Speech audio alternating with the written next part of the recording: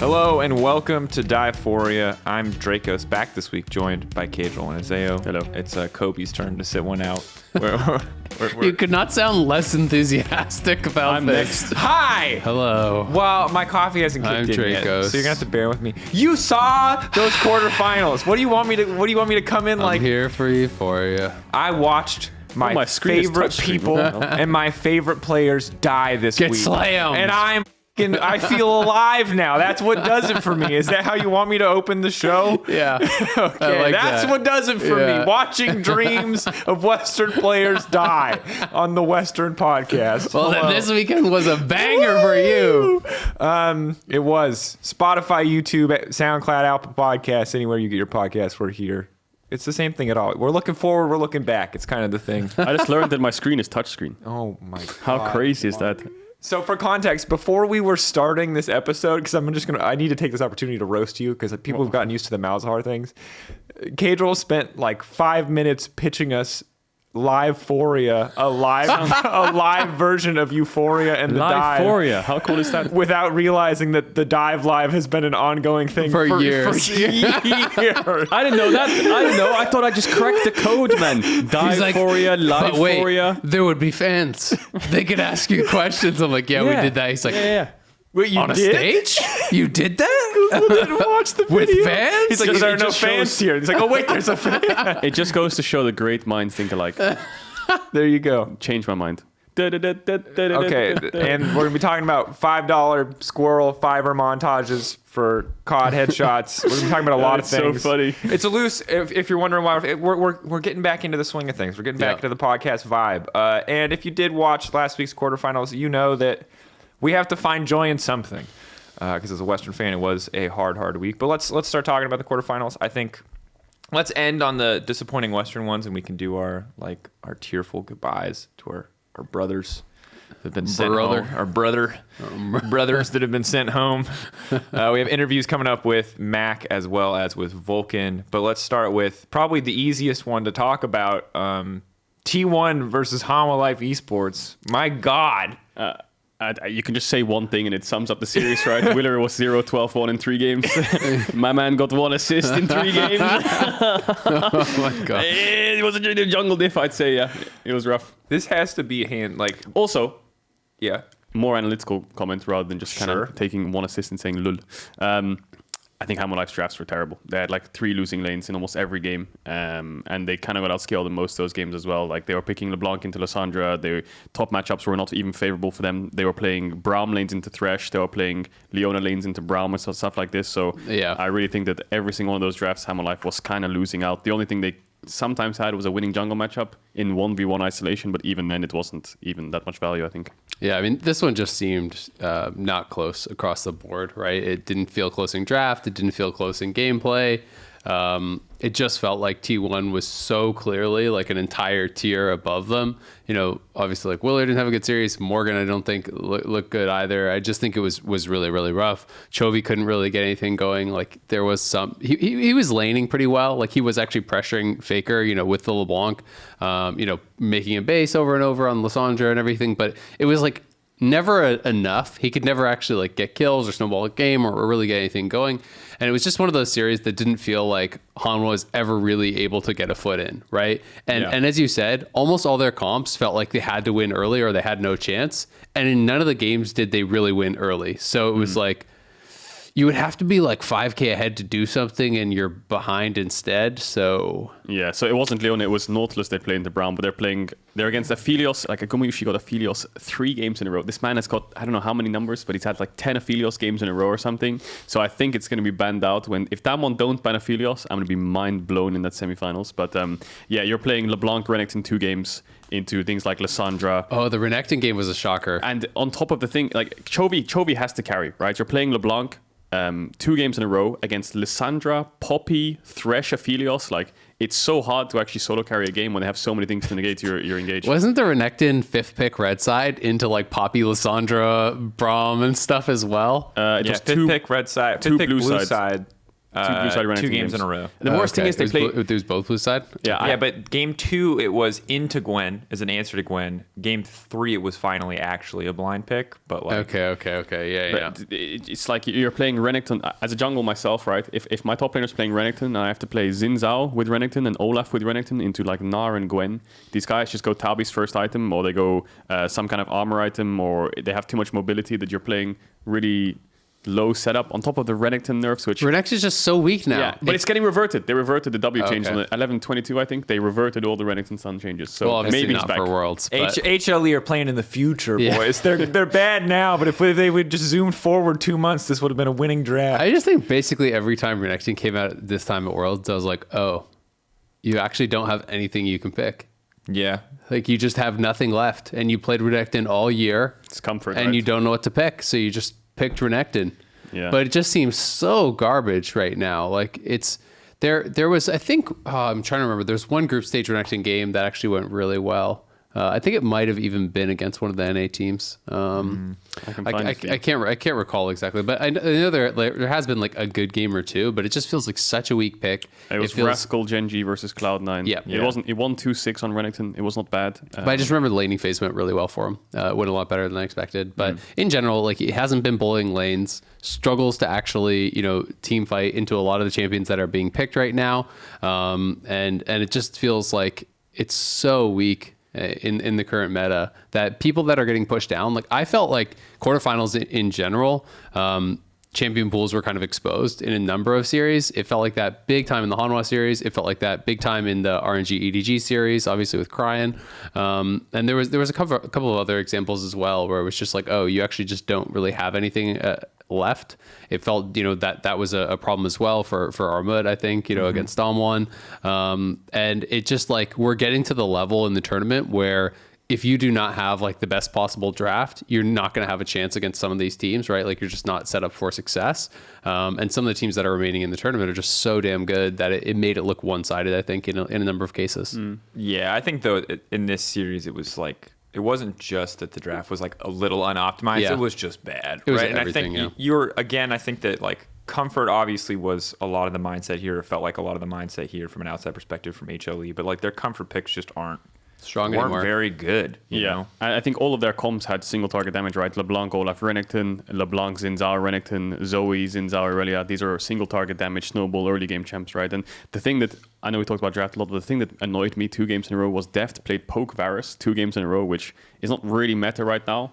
But the worst thing is he rushed Serpent's Fang first item. And I know it has good gold value, but when you're playing against the comps that he was playing against, the only shields they had was a Poppy passive in one game and like a Phelios Guardian or something. Yeah, and a Phelios with shield bow 2 games. Like the item itself, it is gold efficient, but it really did not make sense whatsoever in the games. And Wait, is it gold efficient? It used to be gold efficient. They literally nerfed it before Worlds. Stats wise, I believe stats wise, I think it's still pretty good. Stats wise, and the gold cost, it is somewhat efficient. I mean, I think it also depends on what you're playing against, of course, because it's a very contextual item. But also, Deft's Varus, in one Herald fight, he queued backwards. He could have killed Kana. He was autoing. He queued backwards by accident. Kana got out, and then I didn't like the Poke Varus at all in that series. Yeah, I mean, I think it was weird. This was a little bit of an anticlimactic quarterfinal. I think this is going to happen, though, when you have teams who have played each other domestically and there was such a clear discrepancy. Because even if we go back to the 5-game series that they played, like there was still clear for the majority of it that T1 was just a better team. There were just a couple games where Chovy did get to pop off and carry, where Chovy really did, I think on one of those Silas games, just take complete control. Yeah, it was interesting because coming into this, I will say, I thought it was going to be a T1 stomp. But I know like the LCK casters were like pretty hyped up actually for HLE. They were thinking, hey, like, people are really underestimating them, and given the context of the close series in the LCK and given the context of how they thought they were playing pretty well at Worlds and everything. But it did feel like, T1 has stepped up from where they were playing in the LCK, which I think is also like, we'll get there later, but why people are more excited potentially for the Dom1 T1 series.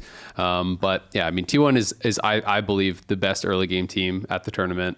And, if you have poor drafts against them and your draft has to win early against them, it just feels so doomed, right? It feels like their holes are more in the mid and late game stages, and to draft for late game and survive against them is incredibly hard, and most teams can't do that either, because if you go late game, then they can just blast you early, right? So I do think it's going to take an incredible team to beat them, and that's kind of how they got beaten in the finals by Dom1. Obviously, HLE couldn't replicate that, couldn't even come close to replicating that. So I just checked the Serpent's Fang thing because it was just stuck in my mind. So I think it was gold efficient until 11-17 when they removed 6 lethality off it. So now it's only 76% gold efficient. But I still think it's a decent item, especially for lethality users. But why not just go Ghostblade first then? Yeah. Right? If you want to go lethality, Ghostblade is such a strong item right now. It is more expensive, but but still. Deft also went to Wits End. Was it the IE Kai'Sa with Wits End didn't with hit 40% with 40% crits and not actually activated 6%. There was a lot of item question marks. I'm sure LS was like probably molding about it, which I would be doing the same thing. Like, what is this, man? Well, it's one of those things where it's like, do I think it actually changed the outcome of the series? Not at all. No. But do I think that this is one of those things where it's like, it's a freebie to get right. It should be optimized. It's actually so easy to get some of these things right. There are some where I'm like, it's kind of like you could see either side of it, right? You know, it's like, oh, he went Hurricane, but I think PD could have been better because maybe single target damage would have been more. It's like, well, I could see you're kind of like looking at it a different way.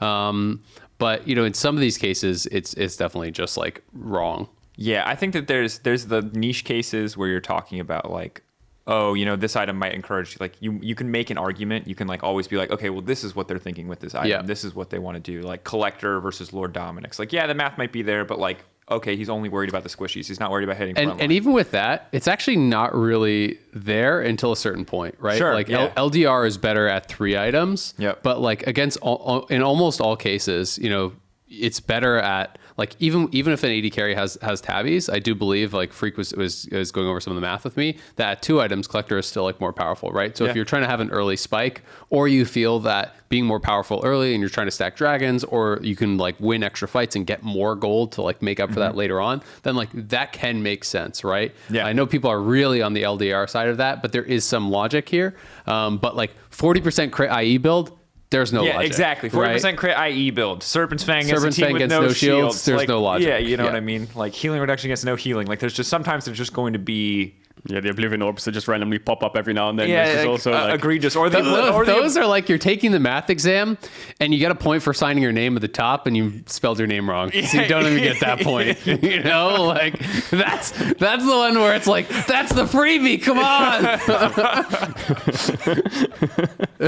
I see here, Daniel, you spelled your name Dunnel. Oh, that's your paper. Sorry, I thought there was someone in the class named Dunnel. Oh, okay. No, I'm sorry. So I'm going to dock a point for that because that was a pain in the ass. And with the docking point, you're at negative points. Yeah. It's also hard because you like, I don't know, like I thought that like if anyone was going to step up in this tournament alongside Chovy, it'd be Deft. And you know, Deft had some really great games in the group stage and obviously didn't really get a chance here. I think Gumayushi just popped off. Like he didn't really... T1's bot lane is cracked. T1's bot lane is T1's bot lane is insane. Absolutely cracked.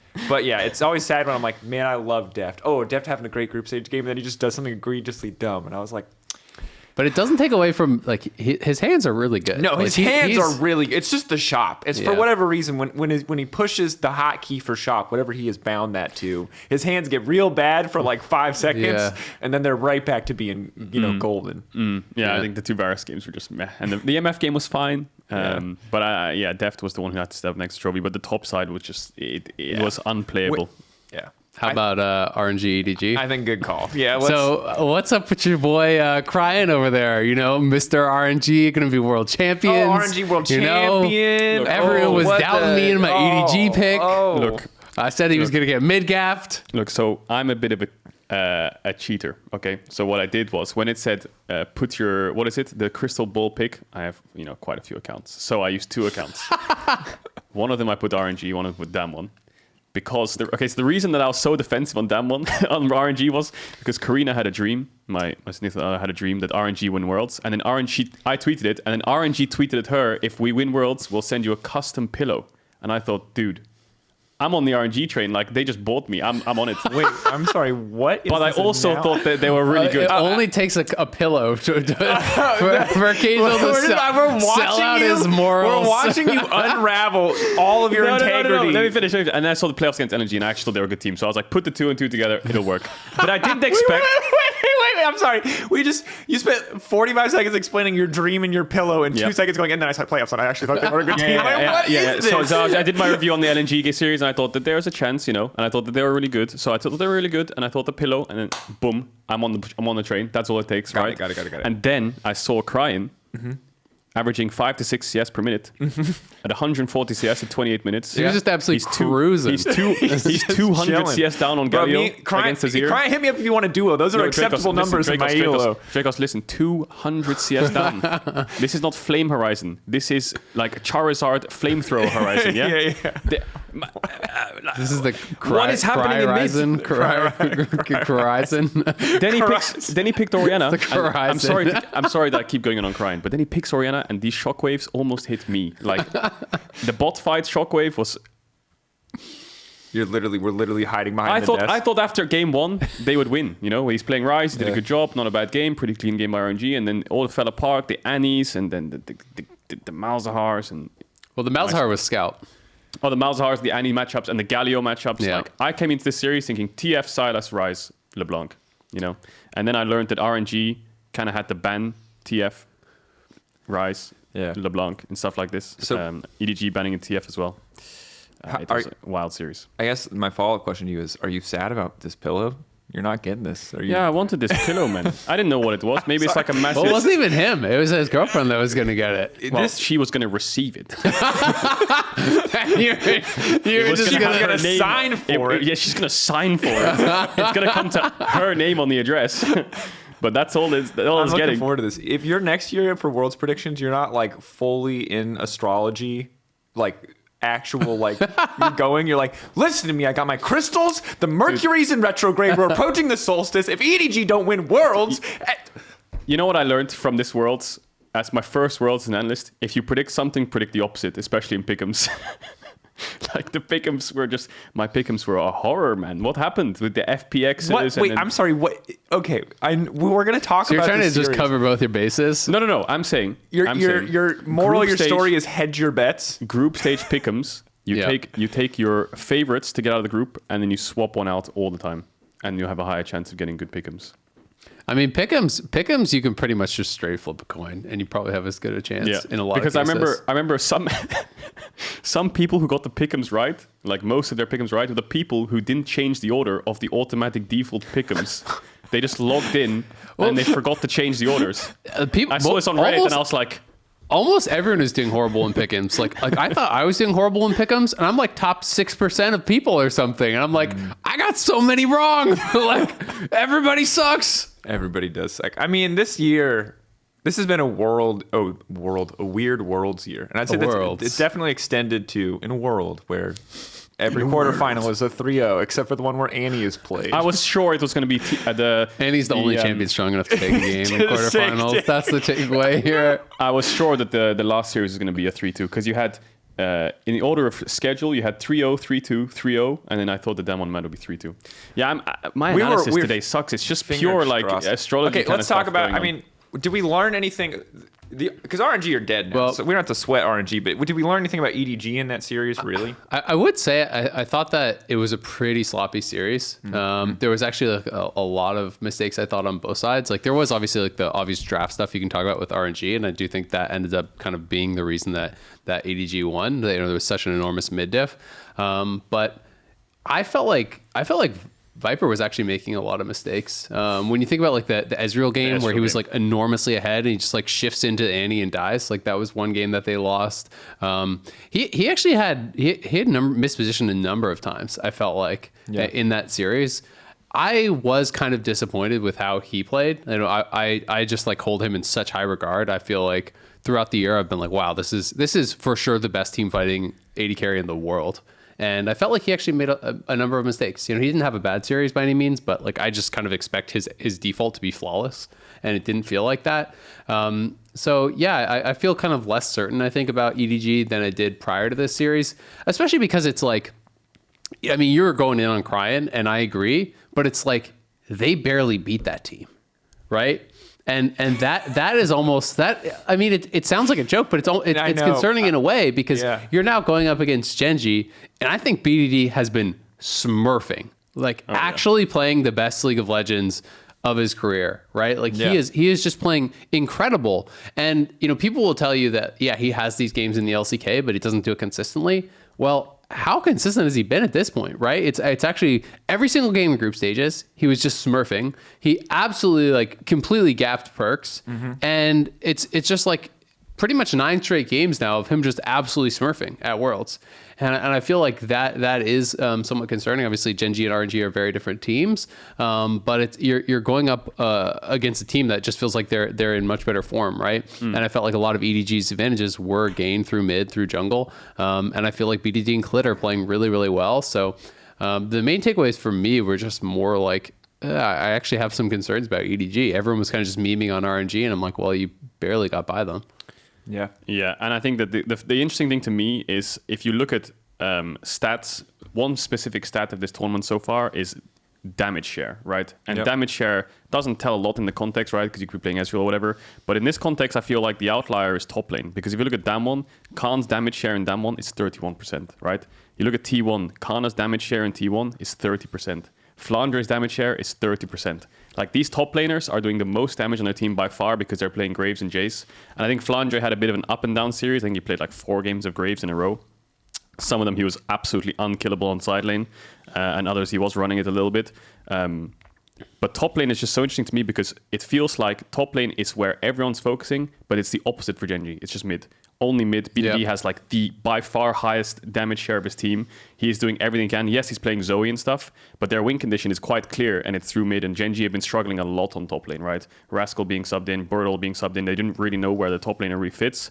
It kind of cleaned itself up a little bit in the Cloud9 series. Still struggling a tiny bit, but against these teams, which are just such powerhouse top-side focused teams, that's where I worry a little bit for Gen G. I agree. I think that is a concern, but to move it forward a little bit to the Cloud9 Gen G series, I did feel like they showed a little bit of a difference. They still do play heavily through mid, but I felt like BDD did such an incredible job of taking his advantage and removing Fudge from the game, right? Game 1, he pokes Perks low, hits a scatter on him, Clid's there, free Sonic Wave, first blood, great. Perks has to TP back to lane, immediate TP top, they dive Fudge. That was the Malphite game. So Fudge gets dove early, he's already in Graves, so you're gonna get pushed in. You have to be able to survive that early push with the stacked wave to get your XP, get your levels, and then you're kind of just chilling in this matchup eventually. But instead, he gets dove, then again, he returns top, he's zoning him off the wave. He moves top a lot of times, and even though there was games where Cloud9 got kills on BDD, he still was the one that was first to move towards top. I think it was game 3 where Cloud9 actually got the early kills with, I think it was J4 or something. But anyway, they got early kills mid. And I think BDD was playing Zoe that game. Yep. When they invaded top side. Exactly. And Perks gets the kill and they kill BDD. But again, BDD's to top and absolutely ruining Fudge's life. I felt like Fudge could not play that series. And he was playing Graves in that one. And so it was even with winning matchup, with losing matchup, I actually like Cloud9's drafts in most of those games. Yeah. I just felt like it was just BDD's world. He's just gonna beat you no matter what you do. You give him freedom mid, he gets ahead, he ruins top lane. He gets behind, he somehow still ruins top lane and is not even down on farm. He was playing so damn well. And yes, it's not, to defend Perks a bit. It's obviously a team thing, right? I think it was not just, BDD is so much better than Perks 1v1, though I do think BDD played a lot better. It was more about how BDD was working with his team, how he was actually working with Clid to create advantages. But then I was just really impressed by how they actually moved that advantage around the map, because I just thought Fudge got absolutely destroyed and it was nothing to do with the 1v1. I think the important thing is Clid. The first game when BDD is playing Aatrox, Clid is the one who's really carrying that game. BDD just has to push into Yasuo, and then Clid's always there to match any Yasuo ult or any kind of engage from C9, and that's his job. He either matches or he forces, and I think that in the first game he matched really well. BDD didn't have a huge carry performance, He got caught out on side lane when they had Nash once and they couldn't push. He had 6 kills participation out of 16 or whatever, so he wasn't doing a whole lot.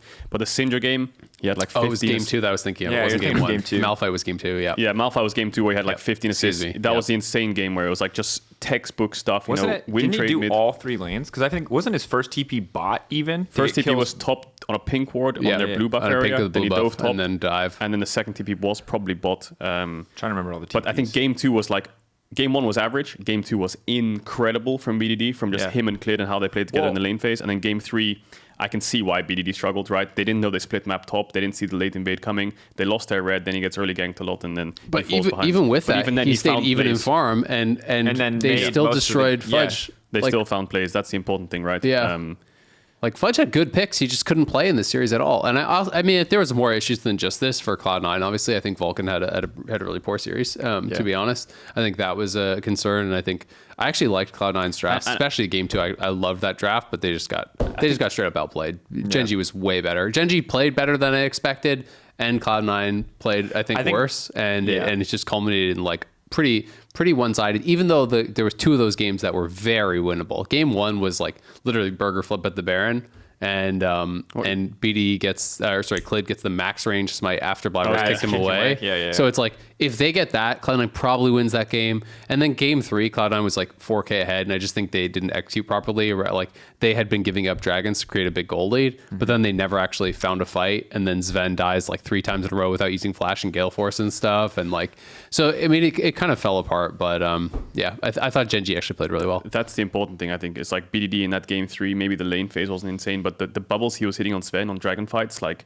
there was one dragon fight where he hit a bubble, he took him to 40% HP, and then he got finished off by the Rakan, and the fight was won from there. So he was hitting so many important things. Sven had quite a weak series, I have to say, especially in that game 3. Game 1, I think Cloud9 could have won. They got Baron, they got an ace, they got Baron, they had good setup, then they just overforced top, get caught, and then Genji forced Nash. So I think I'm feeling really actually optimistic about Genji. Not to get too far ahead of ourselves for the semifinal, but one of the big things I was concerned about is that like when you're learning about these teams, you learn a lot about like the tendencies and the memes associated with them. Yeah. And one of them was like, obviously this is a team who go towards comfort picks. It's something they've talked about in interviews, something that they're comfortable with. And the second game 1, BDD pulled out the Aatrox and kind of like handled perks, handled the weird pick. All of Genji played super controlled early game. Literally gave nothing to C9 when C9 were clearly set up to try to start taking over around level 6, start like getting some of these bigger advantages. I was like, oh shit, like that was the moment where I was like really confident in Genji as a team, because up until that, when I saw that draft first, I was like, oh, for sure, like if there was any draft that on paper should be super great against Genji, it's going to be something this explosive, something that can like throw them for a loop, because BDD said themselves, they aren't a good team at reacting in the moment. They're very good at pre-plan. That's one of the strengths of Rascals. That's the thing that they're very good at. Their coaching staff is constantly roasting them. These guys are fucking brutal behind the scenes. You guys need to be better at responding on the fly. And they did. They responded super well. They played that game out to perfection. Well, I don't know about perfection. Well, not perfection. Yeah, so there was some sloppy moments. the early game was good for them. Yeah. But Cloud9 was down, I want to say, if my recollection is correct, like 3 or 4K early. Sure. And then Cloud9 actually got back to even off that ace, and they get the Baron. And that game basically just came down to smites to me. You know, it came down to the fact that, and you can argue like execution, of course. Like had Blabber actually kicked Clid out, a second earlier, then he's not enraged for the smite, and so on and so forth. So obviously there's that too.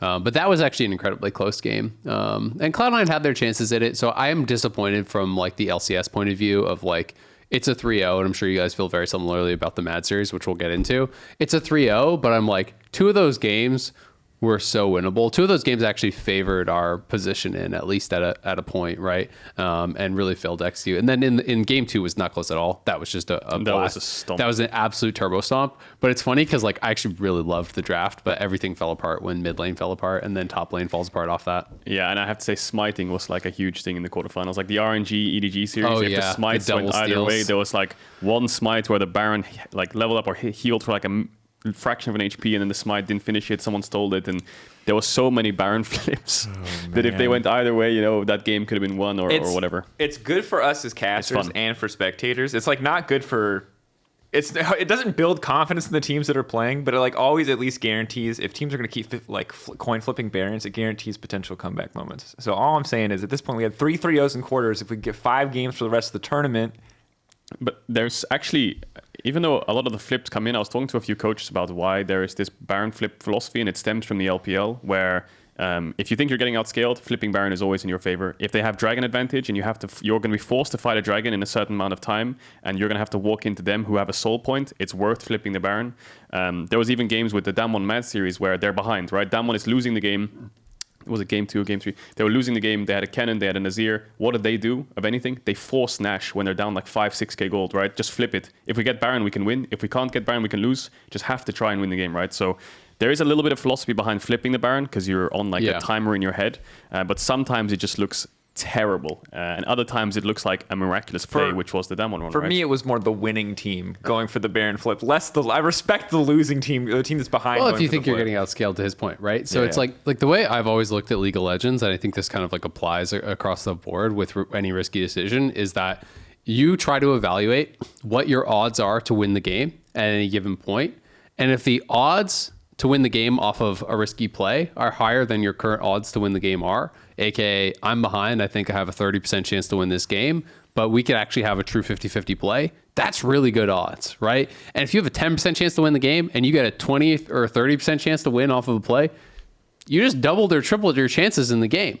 So like it may look really stupid, but to your point, that can actually be a smart play. Where I will be critical though is on some of these flips, I don't even think they're well executed. Like sometimes, people talk about the Baron 50-50, but it's like the red side jungler is over the wall and you have some sort of support that like could go over the wall and try to like push them out, or a top laner could try to go push them out, and sometimes they don't even do that, or like people aren't necessarily even like blocking a Lee Sin Q. Like sometimes I do think that even in the flip, so to speak, you could execute better, and that's more where I get critical, less the idea of going for it itself. And the Damwon one to me just was a standout for one big reason. It wasn't that they were getting outscaled, it was they're 6.5k gold down, right? And when you're 6.5k gold down, you don't have map control. If you don't have map control with a Kennen can't flank because everything's warded, right? If you have control of the map as Kennen, you can hide around on your own pinks. If they have control of the map, you have to TP flank with some Hail Mary ward, and even at that, at best, you can find an engage. So what do? They have some tempo topside, like 5 seconds of tempo top. They get some vision, and then Khan just hides, and then they just start Baron.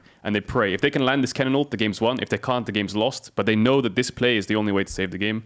And I just think that was just what this team was just so good. Yeah, it's really impressive, but I'm also like from the Mad Lions side, and maybe we should finish on Cloud9 first before we get too into it. But like, I'll just say it was sad because they kind of knew where Kennen was, and that to me was like, wow, Damwon could not have done this better. But also, if Armut just like moved into the jungle and just 1v1 the Kennen, like I was saying that even during the cast, because it's just like, damn. That is one of those ones that like you will want back so badly, right? Yeah. Because that is a one game. I think of Armut just 1v1s the Kennen, because Kennen cannot win the 1v1 against the Jace without ulting, and Damwon cannot win the 4v4 without the Kennen ult, right? And that's kind of just the way it goes. But those are those ones that hurt, because then you're always like, ooh, well, like what would the series have looked like if we won this game? What would the series have looked like if Cloud9, won that game? If Blabber kicks out Clid a split second earlier, or Clid misses the smite and they get that Baron and they win game one, like, is the mentality change? Does the draft change? Like, is it a completely different series? And you never get the answers to those questions, but I know like I have those games that have haunted me in the past. I'm sure you have ones that haunt you, and I think these are going to be ones that haunt some of these players. That's the beauty of League. It's just the what ifs, right? What if this? The haunted players. Yeah. That's the beauty of the game. The what years of trauma over what ifs. That's the beautiful part. That's the beautiful part. They'll never get over it. Unfortunate transition. We have an interview with Vulcan following his defeat, the 0-3 defeat, Gen.G versus Cloud9. Let's see what he had to say about Cloud9 and their Worlds run. Thank you very much. I'm here with Vulcan after the last day of the quarterfinals here at the World Championship. Unfortunately, Cloud9 was not able to make it to the semifinals. Vulcan, what are kind of your first thoughts about what went wrong for Cloud9 today? Everything, it kind of feels like. It's sad because I feel like there was chances for us in two of these games, game 1 and 3. I think we were in some winning positions, but I think we all had like individual mistakes throughout the game. I think we didn't play too well as a team either. So yeah, I mean, it's hard to kind of pinpoint something in particular that we messed up, especially since it's like so fresh. But yeah, I think a lot of things went wrong today. And I guess props to Gen.G because I didn't think they would show up this well, I guess. And they played a very good League of Legends today. So yeah, I think that surprised a lot of people, right? I was also quite impressed with your draft overall and the choices that were made in game 1, because it seemed like the priorities were right? And Perks also commented with an earlier interview with me that the plan was there. How much did how that first game ended up going, and I guess that you never really got to bring it home, even though you were at some points in a winning position, did that kind of set the tone, unfortunately? Yeah, I mean, I feel like maybe the series would have been a lot different if we win that game 1. we were kind of like clawing our way back. I did die level 1, so it was like a bit of a... Yeah, We had to grind that one out. happens. Happens. But yeah, I feel like I played like shit. So yeah, I'm just sad, I guess. Yeah, of course. Do you want to stop the interview here, or No, is it's fine, you it's fine. good? Yeah. Okay, great. So what I would like to do is, I know it's difficult right now, but talk about kind of the big picture of the year, because I think we often very hard tunnel in on what's happened right now, right? And that's natural. But if you kind of look at what Cloud9 was able to do this year, you know, how you were able to evolve, even making it to Worlds and then making it out of the group of death, those are all great things. How would you say you look back on the year as a whole, if you can? Well, I would say that this year was kind of a success. Yeah. In some ways, it's hard to, I guess, see it like that right now. But I feel like one string split, we had some highs at MSI, taking on some of the best teams. And yeah, I think we had this insane day on the last day of group stage, getting out. So yeah, there's definitely a lot of highs for us. And I'm sad right now, but I'm not sad on, I guess, how we played throughout the year. So pretty happy about how we showed up in some of those moments. And yeah, I think I just have to kind of look back at the year. It was a very long year for us, starting from lock-in. It started earlier than usual years. Going to MSI, we didn't have like much of breaks, right? So I think it will do good to have a break finally and kind of just, internalize or look back at what things went wrong, and just hoping for next year, just trying to find ways for me to be more consistent and try to have the highest level I can be for the longest amount of time, I guess, and be back here next year and show better. Thank you so much for talking to me, Vulcan. I really appreciate it. And back over to you. Thanks so much to Vulcan for doing a loser's interview. Always incredibly difficult. Yeah.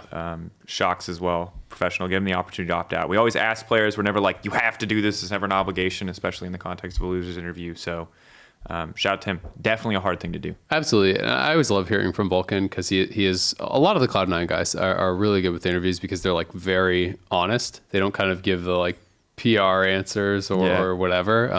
So I just like that, you know, he's really kind of giving you some of what he's feeling. And it's a lot of what we were talking about, right? You know, he was obviously very quick to say he had a poor series, and he did, and that sucks because he is, you know, really, really strong support throughout most of the year. But they still had some highs.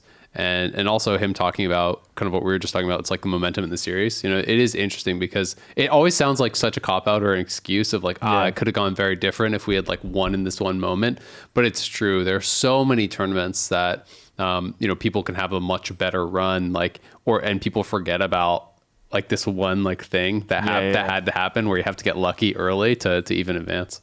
Yeah, I mean, that's the nature of it, right? It's like they could have been in the same position in groups, you know, on the incredible run that they did have to make it out of their groups. Like all it would have taken is maybe one mistake here or there. Yeah. And it's impossible to say, you know, like butterfly effect, like you change one thing, how much changes, you know? But and maybe it's just a 1-3 or whatever. Yeah, if they win it's game one. Maybe it's nothing, but you never know, right? And I think that Yeah. it's totally reasonable when you're a player in that situation to ask yourself, so what if, even if it's not always productive, obviously, it's always reasonable to ask it because you don't know, and no one's really ever going to know. And I think that it's just a shame that we didn't get to see a closer series from C9 because there were still close moments in the game. That was interesting. Interesting about this series, interesting about the Mad Lions series too, is there were a lot of moments where you're like, oh, this team is going, these teams are fighting, it's very close, it's very tense. You highlighted like past the early game of game one, C9 did a very good job coming back. But yeah, sadly, it wasn't there on the day. So now history will remember, sadly, 3-0. The context of the 3-0 may be somewhat missed. Yeah, momentum can be so important, I think.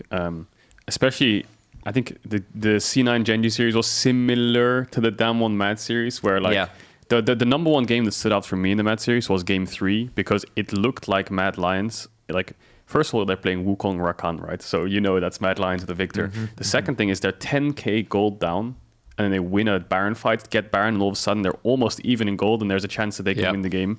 That's classic Mad Lions. Yes, they were still down like 4 or 5k gold, but you know their team fighting comp was really good. There's a Syndra with Predator on the enemy team, like ShowMaker. I was surprised when he's playing Predator Syndra. I was like, was that a misclick? Like, he didn't get anything from it. I felt like, the whole game. Maybe he thought like, let's just wrap this up. We're 2-0 up. I'm gonna push in mid.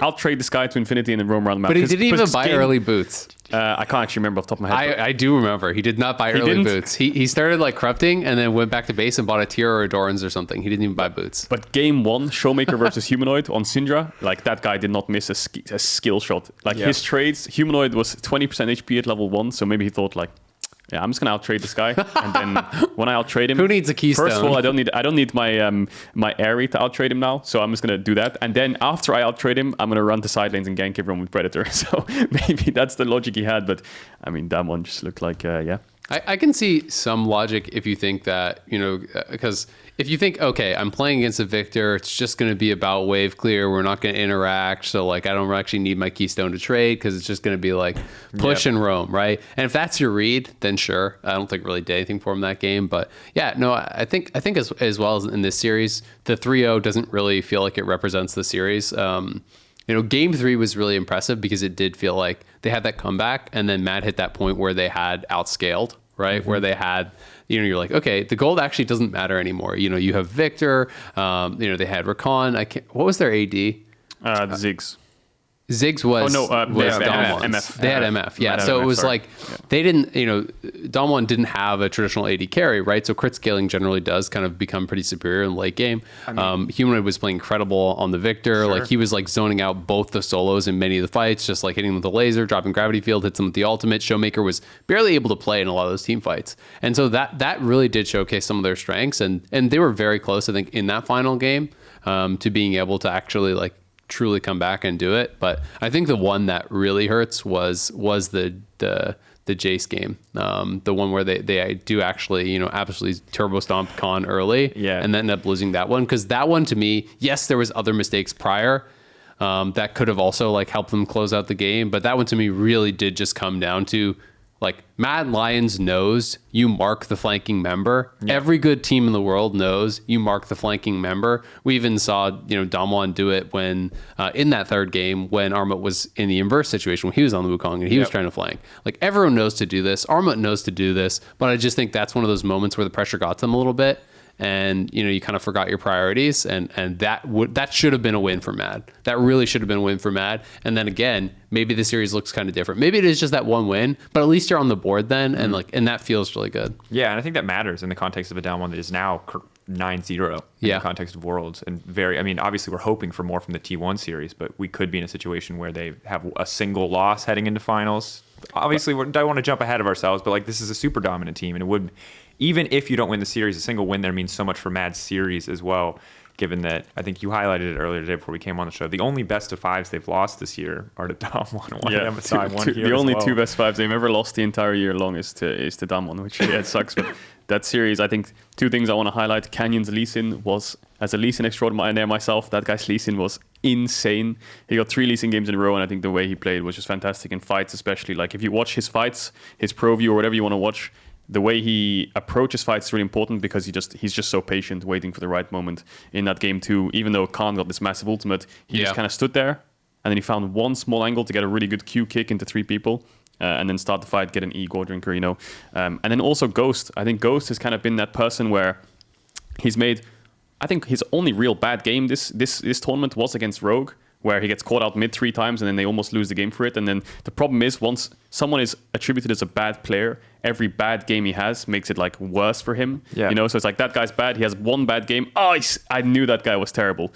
And that's public perception, right? But if he has like good games, it's hard to kind of give him credit. Once people because he has ShowMaker, he has Canyon, he has Khan. But if you look at this series, his Jhin game was unreal. Like he was not missing ults. Like I think he had an incredible series. The Ziggs game, he had a couple mistakes, but overall, I think Ghost had a great series. I was gonna say generally, like last time we saw these, some of that perception probably comes from international fans who watched MSI when that bot lane did get absolutely bodied by they did. Lions. So many 2v2 kills, but this time around they were much better. Not just Ghost, but also Barrel. I wanted to say the Pyke game.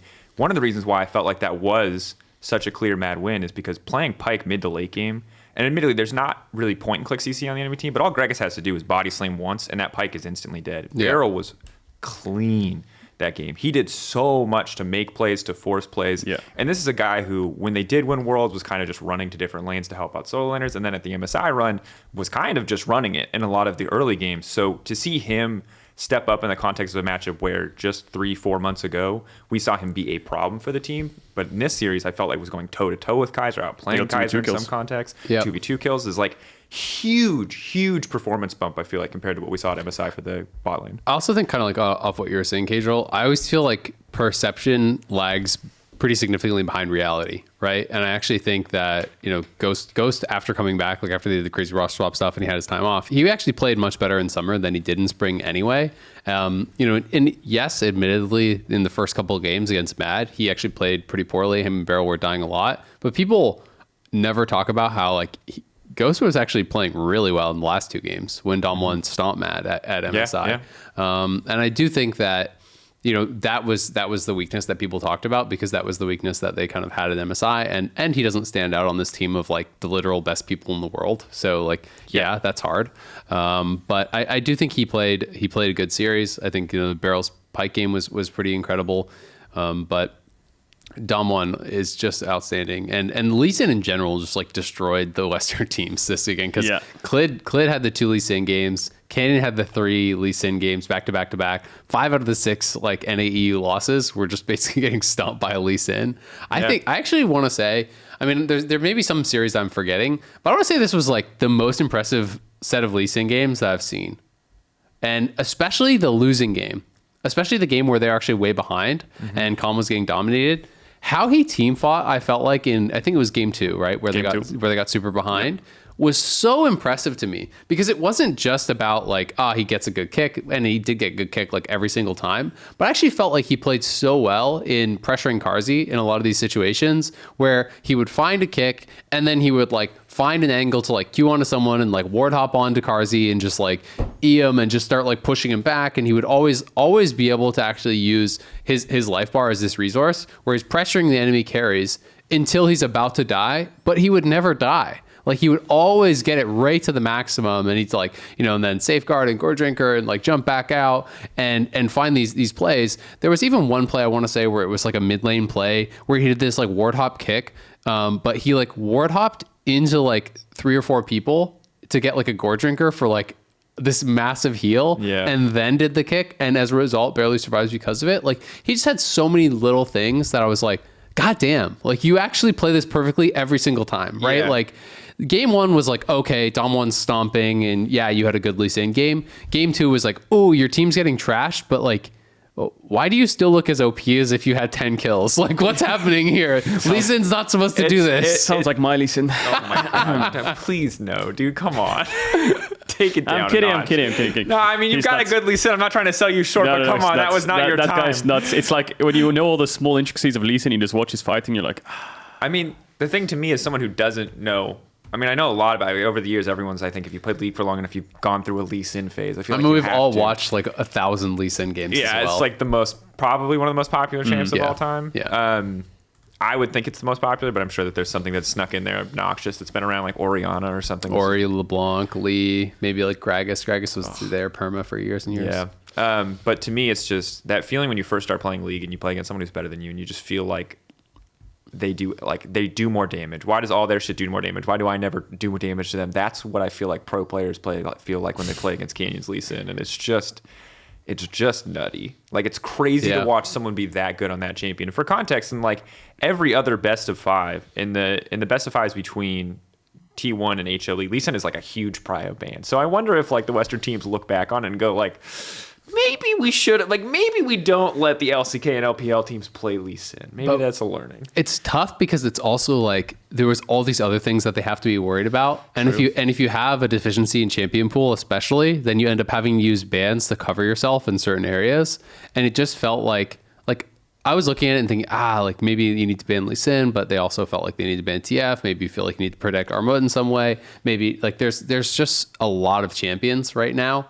And unless you can truly play like everything and you're not worried about it, and some of these teams like were just like, okay, who cares about LeBlanc? Like Faker, who cares about LeBlanc? Because I'm going to play Lissandra into it every time. Unless you have all these types of answers and your team is also comfortable playing all the different styles, because you have to play a different style if you have Lissandra mid than if you have Victor mid or Oriana mid or whatever, right? then it's really hard, right? You just can't ban everything. And Lee Sin was one of those champions that people have played against so many times. So I think they're more comfortable letting it through, but also in the hands of like the best people. Peter Dunn, the like EG coach, tweeted this. And I just thought this was such a good description of Lee Sin, that Lee Sin doesn't scale with like gold. He scales with player skill. Yeah. And it's like, that's actually so true, right? You know, it's like, this is this champion that doesn't fall off in the late game if you're good enough at it. Yeah, I think the thing that's I think it's such a good point because there's just so much that has to be banned, and the problem is Lee Sin just on paper, right, isn't objectively OP. His numbers have been hit consistently over the years. He's been adjusted, especially after the Conqueror Gold Drinker nerfs now. Yeah, exactly. But on this patch, I think he is pretty strong. Yeah, he is very He's strong. really good. But they like nerfed solo lane Lee Sin. You know, when solo lane was Lee Sin was strong, he was obviously just very strong. He was very ban worthy. But now we're at a point again where Lee Sin is strong because of the people who play him. But like, what was Mad banning?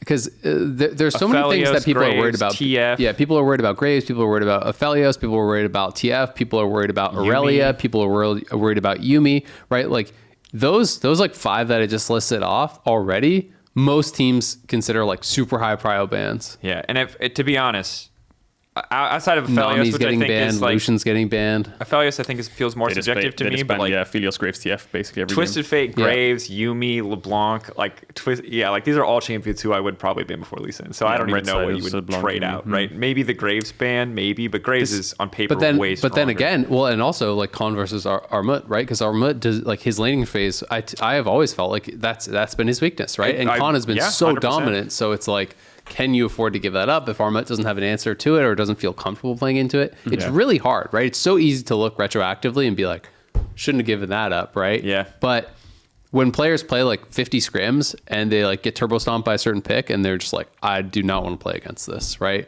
Or maybe they're okay playing against it, but the coach feels like, hey, we always lose when we play against this. It's tough. Yeah.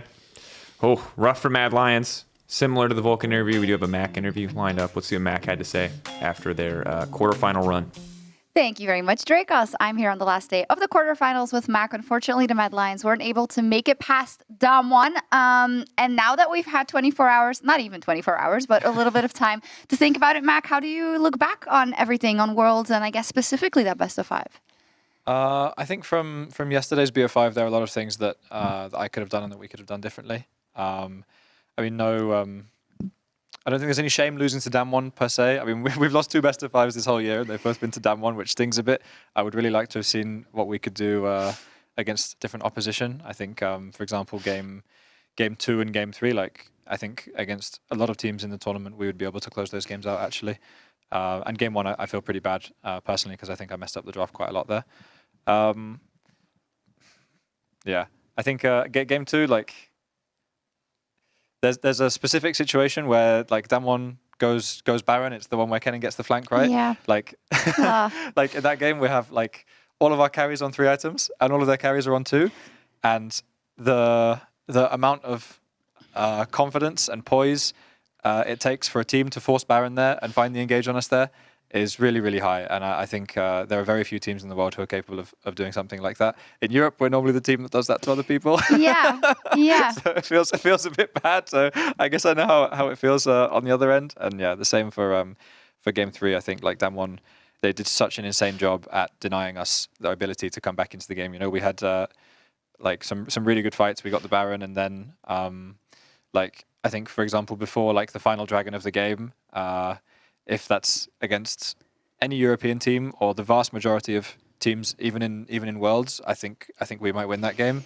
But they're so good at setting up for objectives. They're so good at denying us TP flanks and engages and all of this stuff. So, I mean, credit to them. They're amazing. Yeah, maybe I want to dive a little bit deeper, and I hope I'm not offending you with this, but obviously you bring it up often, right? The fact that against other teams, against European teams, even I think in that LNG game that you played, right, to get out of groups, you saw that you guys have gotten very comfortable in not necessarily winning the early game and knowing that you have superior decision-making in the mid-game most of the time.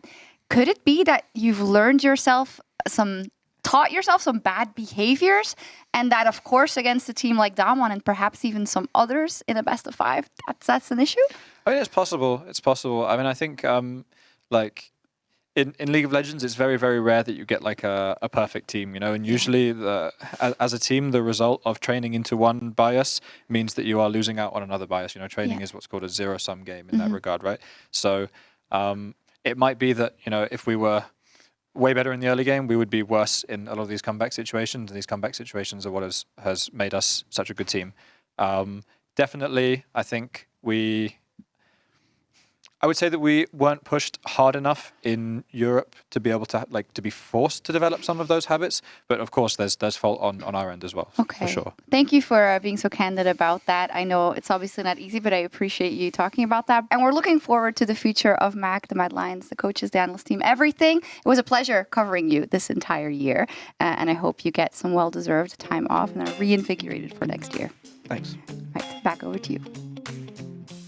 I actually really loved the answers and also the questions. So shout out to Sjokz. I thought that the question about, like, are you learning the wrong things, or are you, kind of like forming bad habits through some of these answers? And Mac's answer to that was amazing. But one thing his interview really reminded me of was how well Beryl played at actually denying flanking wards on that Pyke game in particular. Like, I was like mind blown by this. Like, even when they were playing from advantage, he was always like, if they're going to push top, he's sweeping out every brush behind. He's using the Umbral Glaive. He's dropping multiple pinks when his sweeper his sweeper is actually expiring as well, or he doesn't have Umbral Glaive, to make sure that there was never opportunities for Armut to have a TP flank on Wukong. And I thought they did a better job at that than I've ever seen another team do. Like, I was so impressed by how thorough they were every single time. There's just never a ward to TP to. And it's not because Matt didn't place it. It's because he checked friggin' every single brush on the whole goddamn map. Running around the map so fast on Pyke. The one thing I wanted to bring up from the interview is the exact same thing as you just brought up. It's like when you drop. So from my experience of scrimming for like 2 years, what you basically do is you have set goals on each week, right? You start the week and you come off a game on the weekend or whatever it is, and you're like, yeah, we really sucked in early. Our 1-3-1 is terrible. Our objective setups suck. Our team fights suck. And you spend that whole week with presentations, looking at other teams and how to do it. And as you go throughout the weeks, let's say week 1, you were practicing team fighting. You're at week 7 and you're practicing like 1-4 comps and how to team fight, or you're practicing 1-3-1 or side lane. It's been 5 weeks since you practiced how to fight. So what happens is now 6 weeks later, 5 weeks later, your team fights get slowly worse. So you have to pick that up again and redo it. So I can see what he means there by kind of putting time into certain aspects of the game to make sure that's where your strengths are, because the more time you spend there, the less time you spend on other things, so you get weaker at it, right? It's logical, but it's just something that teams struggle with sometimes when you have to like put so much time in certain aspects of the game. That's why you always tell solo queue players when they're trying to climb to just one trick a champion. Just get good at that one thing, focus on Mechanics. one thing, don't Reduce worry about variables. anything else. Just make it as simple as that's possible for yourself so you can have that high ceiling. And I mean, It's really interesting too. I mean, it's tough because it's like, he talked about, hey, maybe we weren't pushed enough in the LEC, but also there's stuff on them. Like, obviously you can always do stuff different. There's always practice you could do different. But it is really, really hard, I will say. The LCK just seems on another level this year, right? Yeah, Coming in absolutely. Worlds, better than expected from almost everyone.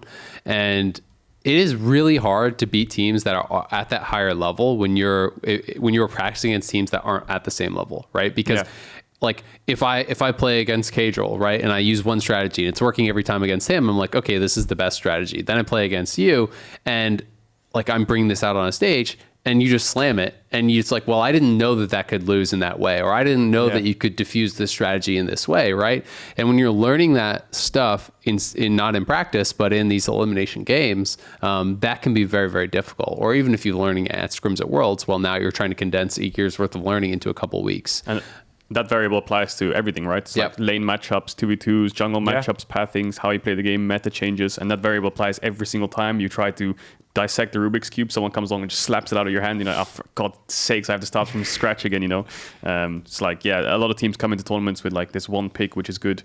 Like if Jace blind pick's good and you have a Wukong player and Wukong is not known as a counter, then you come in and surprise them. Now they need to have an answer for Wukong, both in draft before blind picking Jace, for example, or if they want to make this matchup happen, how do they make it so it can work, Yeah, and now are you even willing to blind pick that? If you're not willing to blind pick that at all anymore, then do you have to ban that? Well, okay, now your mid laner has to know a different matchup because all of a sudden you can't ban LeBlanc anymore.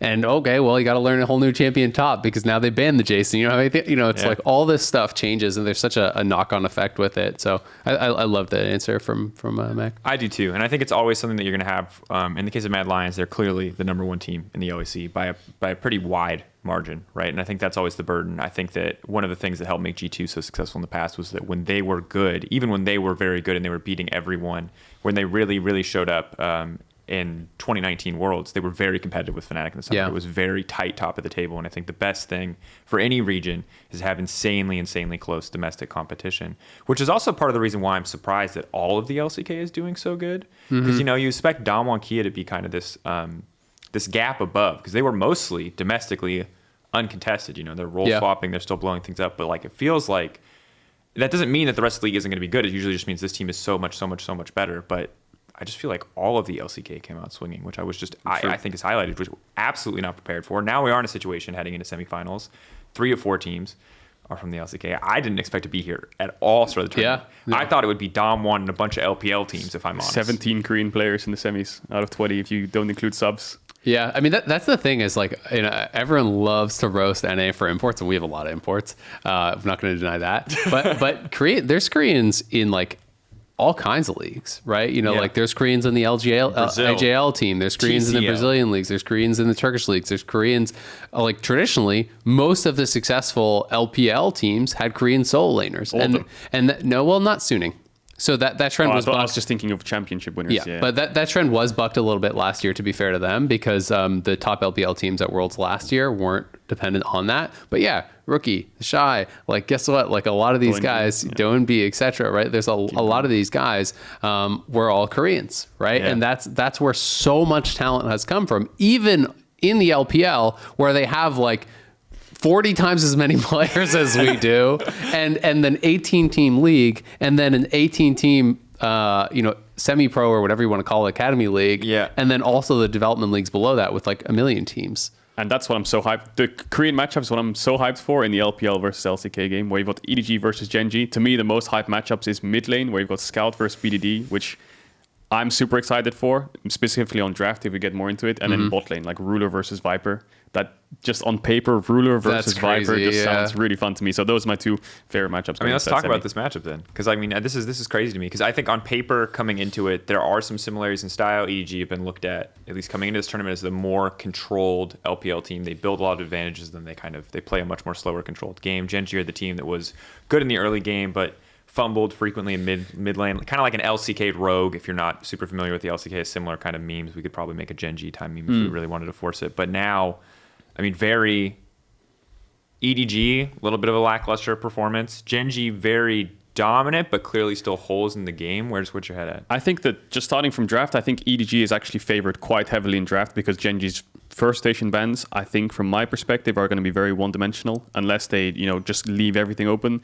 If you look at EDG, everyone bans LeBlanc TF versus EDG, and Flandre had some good Graves games, and he played 4 games of Graves. And Genji are always banning LeBlanc TF because BDD doesn't want to play them. Also banning Ryze. So I think they're very, very kind of handicapped by their draft going into the first game, especially in that series. So I expect Genji's bans to just blue or red side just be like LeBlanc TF Ryze or LeBlanc TF Graves, and from there EDG can just kind of pick them apart in early rotations.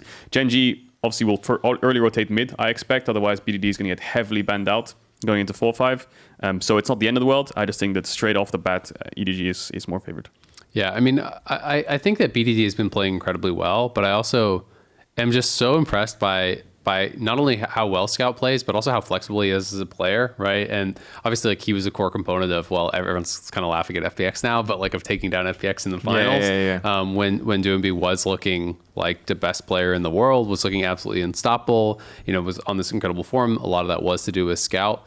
And I do wonder, because obviously Cloud9 couldn't do it, but EDG is at a higher level. Like, no one in groups could really do it, but it's like, can you actually punish BDD's champion pool at all here? Is Scout the player to do it? Because I do think that EDG have shown the ability to like craft these game plans around mid where they really want to punish champion pools, where they come up with unique picks. They try to do these sort of things. The Malzahar obviously didn't work in their series against RNG, but like they're willing to do many different styles mid. And a lot of the weaknesses that they have in pick ban, like you're talking about, Caedrel, if they want to target BDD a bit as well, it feels like they have a much wider champion pool. Yeah. I also do feel like Flandre has had a better tournament than Rascal or Bertle. Like, I think that that is another area in which they're favored. But it's going to be really, really interesting, because if you can't stop BDD and he actually just continues to play this well despite everything, then I think Gen G are obviously going to have their chances because, yeah, I still do favor probably EDG's bot lane a bit, but like Ruler can team fight just as well as Viper. I think that, Clid has been playing incredibly well, largely also. So it doesn't feel like there's a huge difference there between him and JJ, who I think also had a good series. Yeah. It's going to be interesting. Like I do feel like I favor EDG because I feel like they're a more complete team, and I feel like they have advantages in pick ban, like you were highlighting. But I'm really excited for this series. I think it could be close. I just hope that BD can continue playing at the level that he has been, because I think if he does, Gen G will be competitive for sure. Yeah, and I think that is the big thing, though, is that we're basing, or at least in my eyes, because I'm in the same boat that you guys are on, but the main thing for me, the reason why I expect to be so competitive is the recent form of BDD, of Clid. Because domestically, I think, they had good moments, but there's a lot of moments where they're super underwhelming, and I think it's this tournament, and specifically in the quarterfinals, in that kind of week 2 groups where I was like, wow, these guys are actually like doing really well, not just on the comfort picks, not just in the memes, not just in like, the mid games, but Not like just in the actually, memes. yeah, not just in like, the early game that we know it is, and he's gonna pick Azir, that's what he knows. Like they played well across the board and super consistently, regardless of the champions that they had, and I think that's huge going into the series. But it's like Viper Mako. Yes, they haven't had a perfect tournament so far, but like coming into the tournament, strongest bot lane in the world, the way that we looked at them. And while Ruler is, former world champion, he's got a ton of accolades behind his name, not a lot domestically, but obviously he's always done pretty well internationally. Like, I still think that like Viper easily goes toe to toe, and I think Mako, when Mako's playing well, is like out of this world. So to me, it's like if I think EDG is going to lose, it's a lot about form on the day and a lot of that sloppiness that we saw. But if both teams even come in at the peak strength, the highest highs we've seen them, EDG to me are just a cut above. And there's a lot of interesting things to me about this series, because we talked about at the start of the tournament how the meta comes in and you have Graves tops, Yumis and stuff, and then by the time it gets to semis and finals, sometimes teams just go back to comfort. And Mako in the RNG series played 5 games of range support. He played 3 games of Yumi, a game of Lulu and a game of Nami, right? And I think this player looks a little bit night and day when he's on engage support. So I think that when Gen G's up against them, Life's Rakan has been a standout performer. So when I say that Gen G have to ban out a lot of mid laners, I feel like maybe EDG might get targeted on support or might target support themselves to get a good support matchup, because I like the fact they're playing Ezreal Yumi lanes and I like the Lucian Namis and stuff. But if you look at Comfort and Mako for the whole LPL playoffs, he's playing Alistar like as his most played and stuff, Rel. And I think that there's interesting dynamics in bot lane where you can give one of the supports a range support and then pick a melee, get pushed in, but be first to top side, right? And be better in skirmishes. So support and mid, mid and bot lane is kind of where I'm looking at for this series. It's really interesting because, I think that like a lot of the range support stuff was the respect that EDG was showing to RNG bot lane, because I do think RNG's bot lane and EDG's bot lane, those were kind of known as the 2 best in the LPL. Sure, absolutely. And when you look at that quarterfinal, it basically felt to me like whoever picked support second won bot, right? And that was basically like every game. And I do think that if they are concerned about Ruler, they're going to go into it with the same type of strategy, right? They're willing to pick support late. They're willing to pick range support matchups to actually win these 2v2s early and to use that to snowball the game. And they did that very effectively, I think, against RNG, which is also a really incredible bot lane. Obviously, Gala is really, really good. Yeah. So it's going to be really interesting. And I do think that it's like, as we're getting further and further, any one player on your team that is a weakness as far as champion pool affects the rest of the map so much, because you have to spend bans and you have to early pick to protect that player. And then that exposes other members on the map, right? So even if on paper, like, Ruler versus Viper should be kind of even, if you have to like early pick BDD, or you have to, do something, to ban out some of the stuff that Scout's going to do, or ban out some of the things that Flauncher is going to do, or you're concerned about these other areas, then that can expose your bot lane and allow EDG to get a preferential bot lane matchup, which is like honestly a big part of how they actually beat RNG. Yeah, I can't wait. This series is going to be really fun. I think, like I said, Gen G have to target mid. Maybe EDG could be cheeky and ban like Syndra Zoe themselves as well on their 1-2s, and then maybe like drop an MF ban or something. Lee Sin will be high prio. It's gonna be pretty hype. I mean, I think that what you talk about how EDG just feels like a more complete picture. And Yeah. Gen G, you're not. I don't want to say grasping at straws. I think that's unfair to them. But there's definitely weaknesses. There are holes in the game plan, and while that like high level performance makes it hype, it makes it feel like it can be this close semifinal. I think on paper, without seeing any of the initial drafts, and maybe predictions could change wildly. If we come in and Scout's like Annie, we're like, God, no, this is not the takeaway we wanted from that series. Was it ShowMaker who was hovering Annie in the series? It was really funny, yeah. actually. I mean, it does feel very EDG favored. Predictions for this one before we go into. I go EDG for sure. I'm hoping it's going to be really close, but my head is kind of like probably 3-1 EDG. Yeah, I think 3-0 EDG. Yeah, I'll just complete it so we're right no matter what. 3-2 EDG. Genji can still win here. No, Yeah, Genji have a really good chance, but I just think EDG is. I don't think Genji. They're more complete I don't think team. Genji have a really good. I think Genji have a solid chance, but it's not. I don't think it's 50-50. It'll all come through mid, right? Yeah. If it all comes through mid, if mid falls apart, Genji are going to fall apart, I think. Yeah, but if BDD plays the same level that he's played this whole time, I'm just not convinced he can do it against Scout and against EDG. But if BDD plays up to how he's been playing these first 9 games, I think they could potentially do it. Then we have the banger potentially to end all bangers here. T1 Dom 1. Flashbacks, Rocks, SKT. Okay. So for context, we're casting this series, so like we're all gonna. You have to predict 3-2. Everyone, I don't care who you predict wins, but you have to predict 3-2. We need good energy to give us 5 games. We need to manifest. We need to 5 games series. manifest 5 games. Believe in 5 games. So I initially was feeling pretty like Dom 1 one-sided. To be fair, I do think T1 has looked better at Worlds than they did largely through the LCK. It's just hard to know, is that because they're not playing against Dom 1, who's just like the best, because Dom 1 has looked pretty flawless for the most part. The finals obviously is what most people are going to look at, and T1 was winning 3 of the 4 games early game. Like they were in good positions. Dom 1 just kind of like outfought them, and in some ways it was similar to the Mad series in how like Mac talked about it, how they're so good at these setups around objectives. They're so good at actually team fighting and denying opportunities to close out the game. But I was also looking at well, I've felt like this has been super Dom 1-sided for the last couple of years in the LCK because Dom 1 has just been rolling everyone. So I went back and I looked. So Dom 1 over the last 2 years is 18-8 against T1. So it's about a 70% win rate, right? So it is in fact pretty one-sided. T1 has taken some series, some best of 3s, but it does still feel like unless T1 really has leveled up, you have to favor Dom 1 like pretty heavily just based on the domestic reasons, where Dom 1 feels like a much better mid and late game team. They're much better at playing around vision, at denying vision, at actually setting up for when they want to play side lanes. T1 feels like they're so good early, but when they are really pushed, like when you watch them play against Dom 1 in a number of the series, they really struggle to get side lane vision. They kind of like aren't sure what to do to advance the state of the game in the mid game. They like get 3,000, 4,000 ahead. Faker goes sides. He doesn't have ward set up. He just gets picked off. Like the game starts to fall apart. And it feels like that's happened a lot of times when these teams have fought.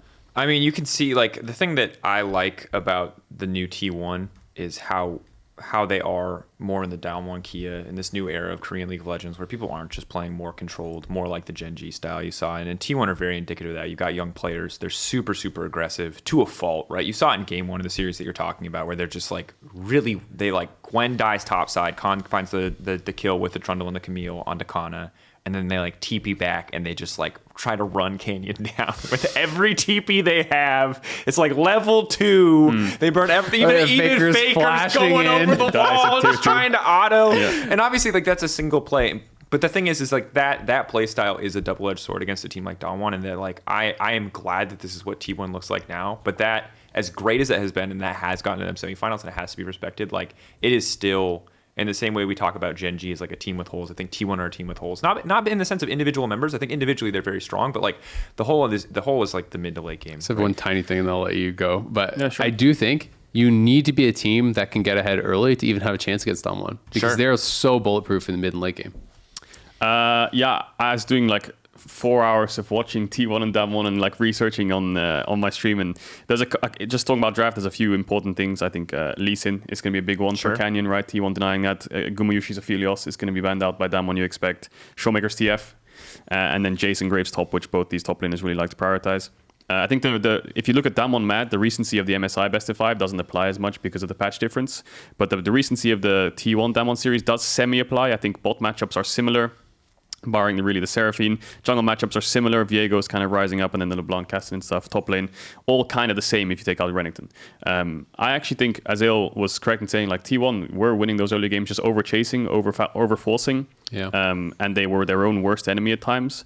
Also, they were playing with Teddy 2 of those games. When they played with Gumayushi, it looked a lot better. So they've had a lot of time to scrim with Gumayushi. So I think they must have improved in that field. Owner looks a lot more comfortable at Worlds alongside Kana. I think T1 have gotten a lot better since the finals, and I feel like Damwon look a little bit unstoppable, but I'm kind of favoring T1 in this series. I feel like it's going to be a 3-2 to T1. I could be wrong. Maybe Damwon's just going to 3-0 them, but I really do feel like it's a 3-2 to T1. I think T1 haven't really shown too many signs of weakness. I mean, they've shown flexibility in draft. They've shown that they can play for both sides. Gumayushi is having a fantastic tournament. I think the biggest thing that's going to haunt T1 in this series is nerves, because 3 of their players are 18. And a lot of the T1 vlogs, which I watch behind the scenes, and even their voice comms, some of the players are like, hey, I'm nervous, you know, I'm scared, or stuff like this. And they get in their own heads a little bit sometimes, just watching. But then they got behind Papa Faker there. They got Papa Faker next to them. But yeah. The walls dive into tier 2s at level 3.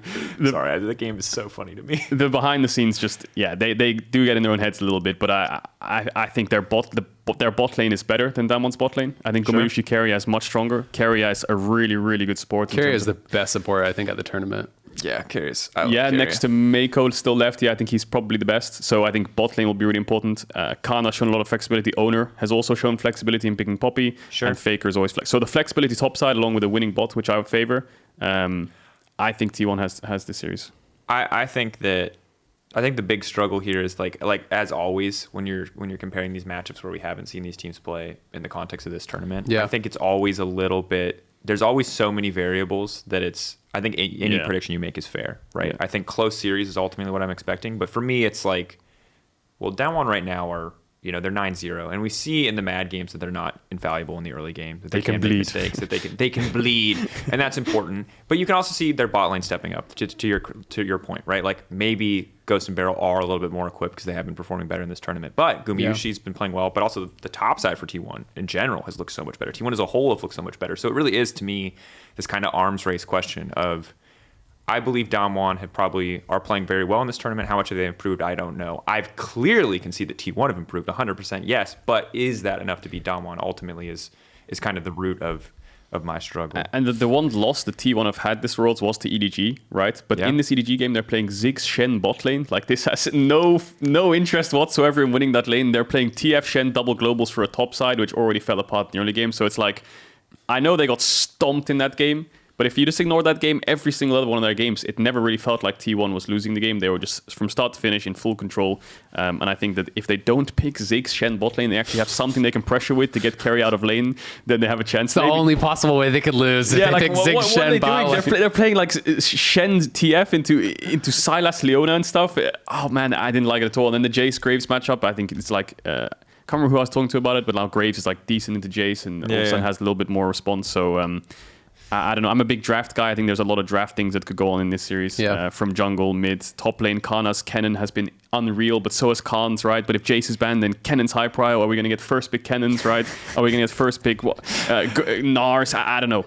I think it's Spiral. I think it's just so exciting because there's like two sides of the coin. I think to being a brand new player to this kind of pressure. Like you're talking about there's nerfs for T1 because they're 18-year-old players, but I also think you can kind of like learn more and learn faster sometimes when you're coming into this event because they've never been here before, right? Damwon has. So I do think that the longer that they are at Worlds, the more stage games that they play, T1 gets more benefit out of that because they have these players that haven't been here before, right? So there's additional comfort that you're gaining every time you step on that stage and have a good game. I just find it really hard to predict against Damwon because as much as T1 has an incredible early game, as much as they have a lot of individual strength, they have flexibility in draft, they have these incredible individual pieces. I always felt like they had that in the LCK, but Damwon is just so much better, I feel like, in the mid game and in the late game, around setting up for objectives, around playing through sides. T1 has always had these holes where, and it's not even just about the young players. Like when you look back to the finals, I really remember the Rise game from Faker. I want to say it was like game 4, maybe, where like Faker had a really good early game on Rise, and then he's just like getting picked on sides constantly, right? And this is something that T1 has struggled with, I think, when they're facing really top level competition constantly. They are not necessarily sure how to advance the game. And I think you could see it in their Herald stuff where like, no, it's kind of been less of a meme at Worlds because it's just, they've just been winning every time. 8-minute Herald every time. Right? Exactly. Like they just go. And it's the same thing with Baron, right? They're just going to show up to the objective and they're going to 5v5 you because they're not necessarily sure how to like close out the game other than that. And I think that we saw that with Mad versus Damwon. Damwon was able to like overcome some of these really difficult situations because of how well they play in these scenarios. And I think similarly, I really do favor them against T1 in the same way. I think they're much better in the late game. I think they're much better in the mid game. Their vision setup is better. Their dragon control is better. And I worry for T1 in those scenarios, right? Like I could easily see T1 getting ahead in lots of the games as they did in the finals and then just throwing the leads again, right? It's like a similar thing we talked about this with RNG previously, where it was like, you were so impressed with RNG's early game, but they had thrown some games in the LPL, right? And that's kind of like why they fell out. And, a lot of people thought they were going to make it to the finals. It's like, while sometimes that won't happen, it can be a real weakness that you have to look at, right? Inconsistency, like why do these throws happen? Because the teams aren't sure how to advance the state of the game. They're not sure how to close it out cleanly. Yeah, and I think that's kind of, very good way to summarize it and to look at it, because it's hard to believe in that capacity when you have yet to see it. Like you can see the individual performance are better, but they were winning lane phases already anyway, right? And it still wasn't enough. So I think that to me is like the strongest argument or the biggest piece of the puzzle that's missing, why it makes it hard for me, and I think probably anyone, to predict T1 with 100% confidence, and why it feels like Damwon Kia does feel like the safe bet, despite the incredible improvement and the incredible performance that T1 has had over the course of the series. So I'm pretty firmly in the 3-2 Damwon Kia camp. I might even be a 3-1 if I wasn't really praying for this best of 5. No, but it has to be 5. It has to be 5. Can we talk about the storylines, man? Khan's last dance, Faker versus Coma, like the 18-year-olds trying to show their redemption arc, the world champions versus the best team ever. Like, how many more storylines do you want in this? There's so many. It's actually probably the like most. It feels like potentially the most epic 5v5 best of 5 you could like ever have. Rematch right? of the finals. It's it's a rematch of the finals. I just think Faker versus ShowMaker alone is like so fucking hype to me. It's so good. It's like, I love how ShowMaker is getting really confident and is actually like spitting fire in these interviews and stuff. I wanted to do a smack talk one before the semis. I would love that. How cool would that be? Oh my god! But ShowMaker coming in, and I think it was going into quarters, right? I'm the best mid laner in the world. We don't lose, right? And it's just like, damn! And he's going up against Faker, and to me, it's like, until proven otherwise, ShowMaker is the best now, right? Yeah. And Faker is the best ever. And so I just think applies to both the team as well, not just the mid laners, but both teams. Yeah, so I think it's so cool that you have that, right? It's this kind of collision of history. And if you're going based off like, oh, well, of course the best now should win, but like, goddamn, T1 is so good. And if they win, I mean, Faker's legacy is just safe no matter what. Like he's the GOAT, right? Yeah. And T1, obviously they won so many times as SKT, their legacy is safe. But like, holy shit, if you beat Damwon in this, that's unreal. If T1 win this series, knock out Damwon. This is the post-game interview. Because Faker for his entire career has been the most polite man on the face of the planet. I've been waiting for years for Faker to pop off. My dream is he gets in that interview. Oh, you know what? Imagine he goes, you know what? Like, heard someone said they were the best mid laner in the world. Had to put him back in their place. Like, it's all I dream every night. I just want a little Faker trash talk. Give me a morsel. You know the Conor McGregor one where he's like, you should have killed me when you had the chance, because now I'm back to kill you and your whole family. Faker said that. Can you imagine? I can just imagine. He's up on stage and Sjokz like, Faker, how does it feel? How are you feeling right now? And he's just like, I'm the greatest. And just drops the mic and walks off stage. rolls one more time. Does a double one. He rolls, he chomps some broccoli and just out of there. Peace out. Oh, man. Okay. And I've been the greatest. And I'm still the greatest. And then 20 years from now, there's just Faker sitting in a chair, and it's like with the flashbacks in a Netflix series, and he's like, yeah, I lost 2 years in a row, and I took that 3 years in a row, and I took that personally. All right. Absolute banger. I'm so excited. Banger. That's the matchup. That's Saturday. Sunday will be Gen.G versus EDG, also a hype matchup, but obviously we have our sights set on T1 versus Damwon Kia. We'll be casting that one. Check it out this weekend. If you're missing semifinals, what are you doing? Why are you listening to this? With you? Stop listening to this and start investing your time into semifinals. Like, I know we're entertaining, but goddamn. But we're on that too. We're on that too. Yeah. Come for that. All right. This has been episode Get it together. 3 Listener. of what day is it today? Divephoria.